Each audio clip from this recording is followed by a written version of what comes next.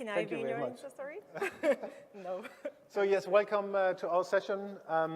As Calvin already introduced, we will speak about ranking factors, but not as ranking factors as you know. And I apologize before we start actually for my English, but you will see, it will be pretty funny.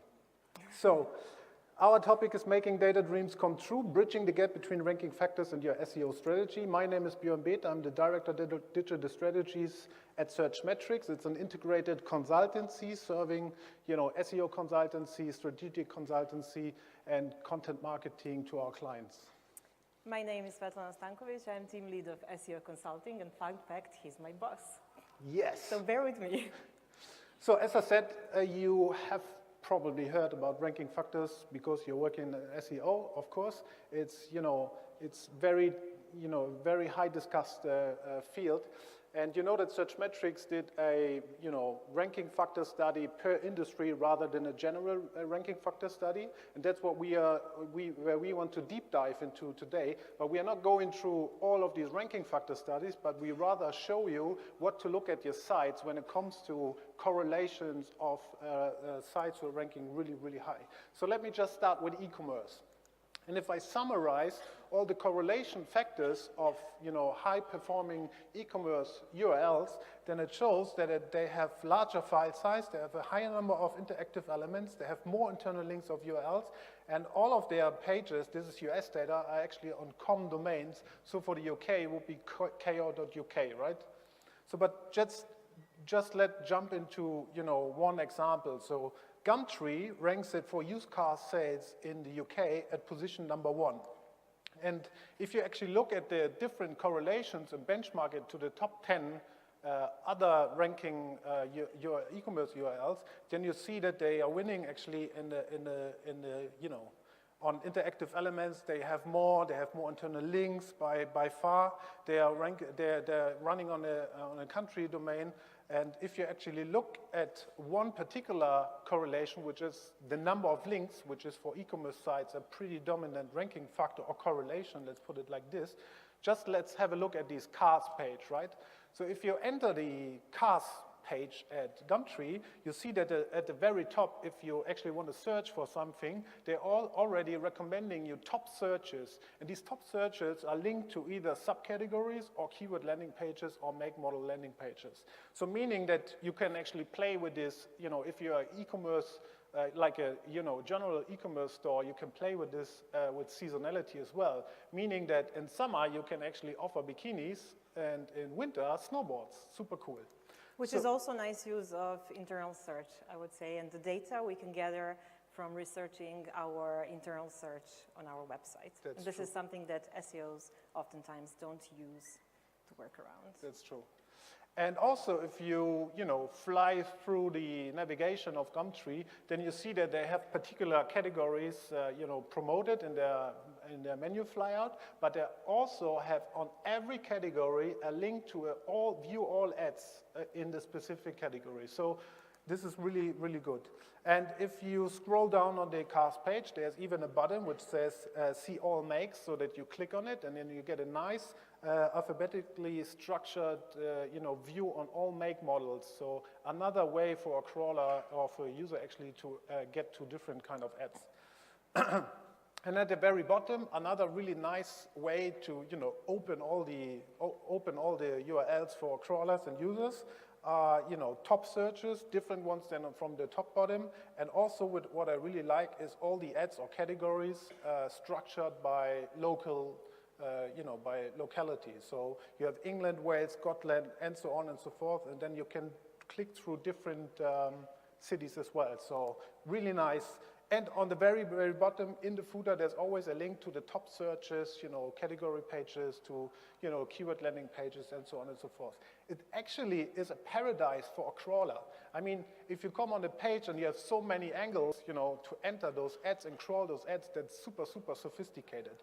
And that's what I actually want to say. If you have 7.5 million pages indexed by Google, you need to guide users in Google as well, right? So look at your website and your e-commerce website actually as you would build a city. So this is a map, a screenshot from Brighton. And if you just take the different quarters from Brighton or areas, and then you actually want to link to all of them, or you want to get to all of them, then you need to use different, you can actually use different roads to get through it. Second one is finance. Also something which is, has different ranking factors or correlations, let's put it like that. So has lower file size, has a higher content relevance, it has more unordered list, H2 headings, and is 1 second faster than the average on sites. So let's look at the best class example here as well, which is moneysavingexpert.com. They rank 1 for cheap personal loan, and if you benchmark again those correlations with the top 10 benchmark, then you see that they're loading in nearly 3 seconds, whereas the benchmark is loading at 6.8. They have a lower file size, and they have a quite significant content score. Now you saw that I was speaking about content relevance. This is something we calculate in order to, showcase the content score. The content score is a metric we take out of our content experience software. So it actually looks at the relevance, how many, if you search, if you're actually delivering on search intent. That's actually what it looks like. So let's look at the load time here, and let's look at Money Saving Expert. What they do is they're serving all the content over HTTP2 protocol. And HTTP2 protocol is actually a new protocol invented actually by Google. It relates to the speedy protocol. And the main difference here between the HTTP1 protocol is that it serves content via multiplexing. So meaning that it serves all the requests over one connection rather than as HTTP1 over multiple connections. So it makes the site loading faster. Also, they accept compressing techniques for JavaScript and CSS. So they enable their htaccess file and compress their JavaScript and CSS files, and they're saving actually 81% with it, which goes then to the browser. And also they enable browser caching, so the images and the fonts are cached in the browser for 7 days. They could even do more because images are not changing that often, fonts maybe not that often as well, so they could even do more, but they're already doing it for 7 days. So my take here is you don't need to jump on AMP to be fast. If you cache, compress, and clean up, then this will be helpful as well. So third, and my last example is actually health. Again, summarizing here, far fewer pages in the health sector are running on HTTPS. There's just one image per URL, but again, they have a higher content relevance. They make use of H2, makes sense. If you have more words, then you need to structure it. More ordered list, and they have 43% more words than average. So let's look at Healthline here in the UK. They rank 1 for how to lose weight fast. And if you again compare those correlations with the top 10 benchmarks, then you see that they are winning almost on every one. So even with word count, they are close to the top 10 benchmark. So let's look at the overall content relevance, and let's look at the presence of unordered list here, what it brings them. So their content is actually well written and structured. What I said just with the content relevance is something we use to calculate the content score in our content experience.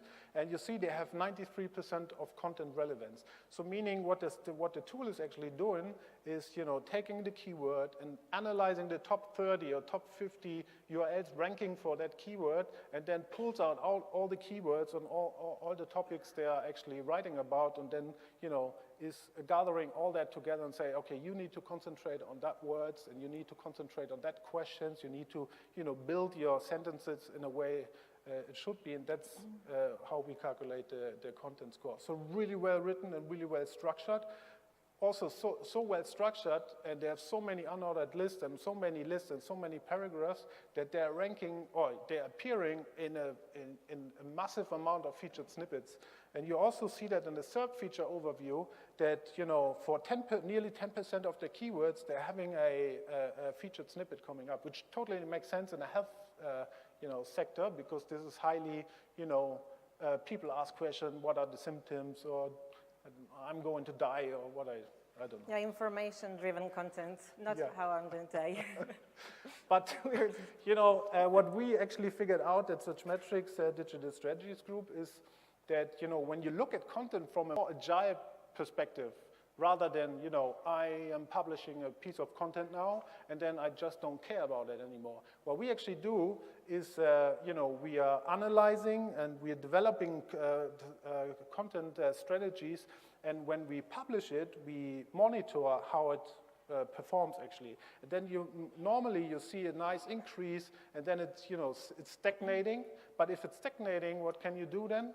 You're actually uploading new content on that particular URL. So you're actually just adding content rather than, you know, publishing new URLs. That's an agile process I really want to give you as a recommendation. So thank you, Bjorn. So I'm going to jump in and continue with content creation. And I'm doing Insta stories. Yeah, okay? You can do Insta stories, so I'm in this time. So I'm going to be talking about my two favorite industries. And these are media and the travel industry. So although it's pretty dark, I'm going to ask you, are there any SEOs who work in media and publishing industry here? Can you just raise your hand so I can see you? Good. I see a few of them. I guess there are even more. So let's go through specific niche correlations related to media industry. First of all, we have four ranking factor correlations that are really specific for media or publishing websites. Most of them you already know. First is, of course, higher content relevance compared to other websites, because if you want to write media articles, you want to have quality content. Also, they are larger than usual content on the web, so they have 16% more words than our average benchmark. They have also large number of external links, and of course, with popularity of your articles, there comes more social signals or more Facebook-related signals if you work, for example, with Facebook instant articles. So I wanted to analyze with you top ranking factor that is content relevance, and I picked up one of the most known publishers in the UK. This is Guardian. And this is quite unpopular query, but everyone searches it, unfortunately, so this is query Trump. What we can see with Guardian is that they are ranking on a position 1 on SERP with search query Trump with their landing page or their tag page. This specific tag page has more than 40K articles related to it. So if you jump on this page through SERP, you will see 14,619 articles that are connected to the main tag page.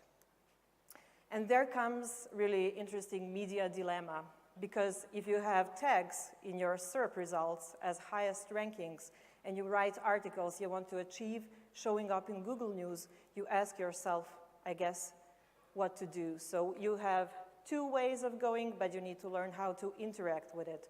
So you have articles, when you publish it, unfortunately, most of the people who work in media know that articles have short lifespan. When you publish article, it's alive only for 2 days. But articles also get a lot of external linking.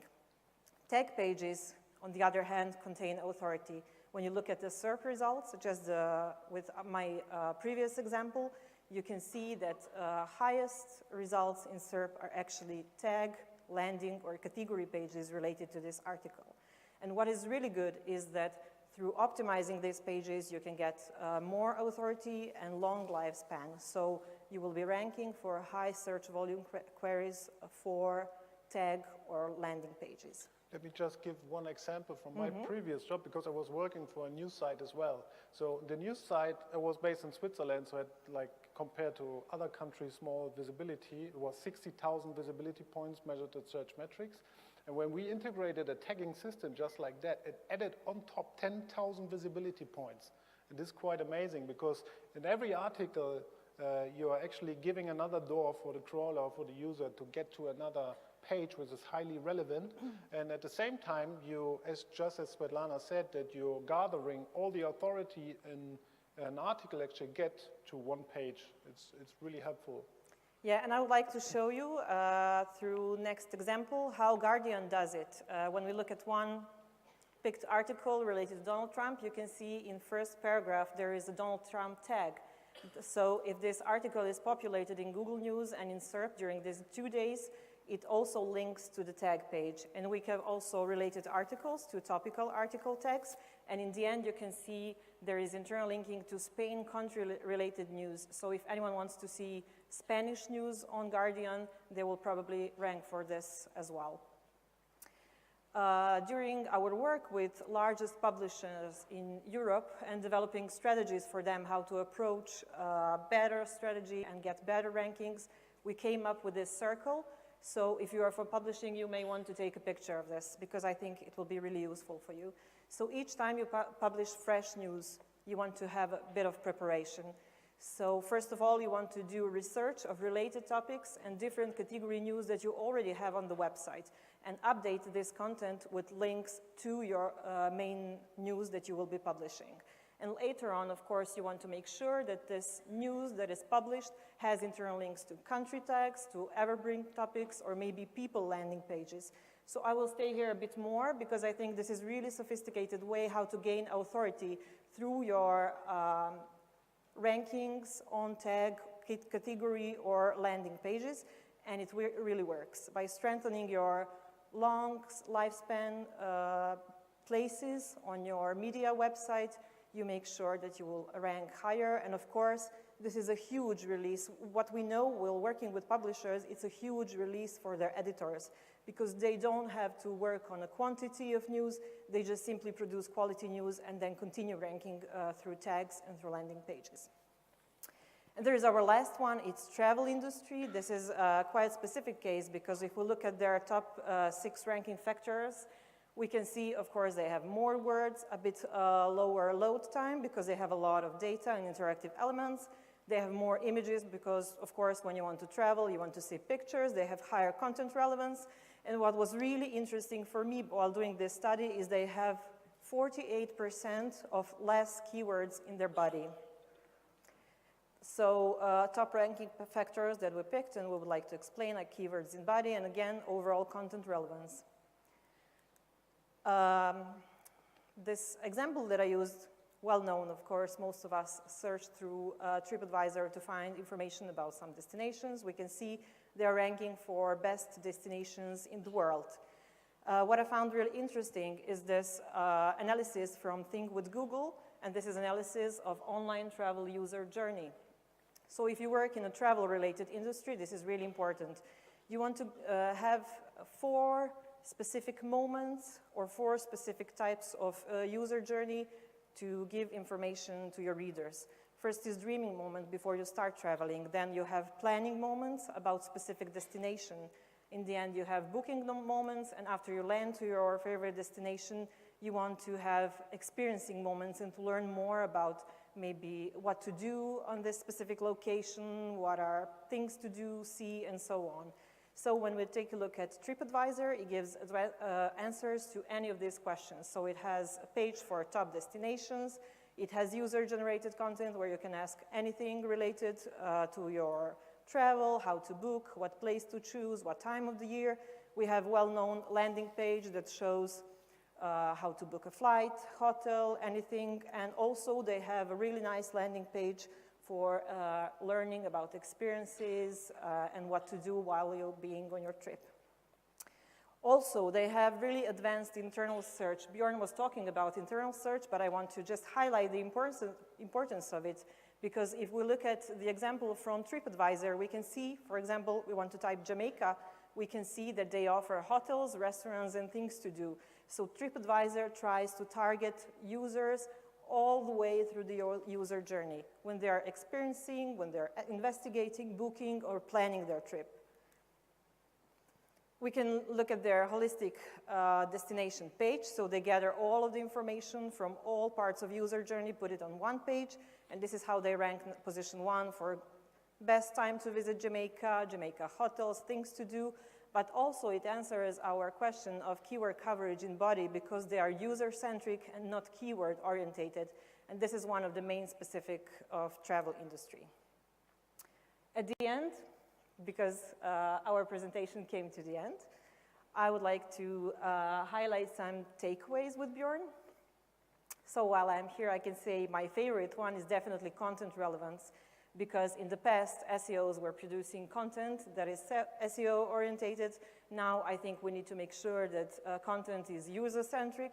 It answers all of the relevant questions that your users have, also guides you through the whole user journey, and especially after EAT update, we want to make sure that we have authority and quality of content published online. Yeah, and the third one, and one of my favorite, is internal linking. As I was working for a big marketplace as well, and then for a news site as well, so internal linking is one of the major things you can actually, pull some low-hanging fruits if you just do it right, because if you have a large site, internal linking will help you a lot. So that's something you really need to focus on, and then think large. Do not focus just on one particular, portion of this website. Think large and think as the website as an overall strategy. And with this, I think we are done, right? Yeah, we'll wrap it up. They said we cannot have a question and answer session because I think we spent out more than we're supposed to. But you can come to the Search Metrics booth. It's just in the hall there. If you have any questions or you want to continue this discussion, happy to be there. And you can download the slides. And you can also see how we use our software and our approach, see our demos to see how actually we work around these strategies. Yeah. So thank you once again for being here with us, and I wish you a pleasant stay and enjoy BrightonSEO. Thank you both. Really enjoyed that. So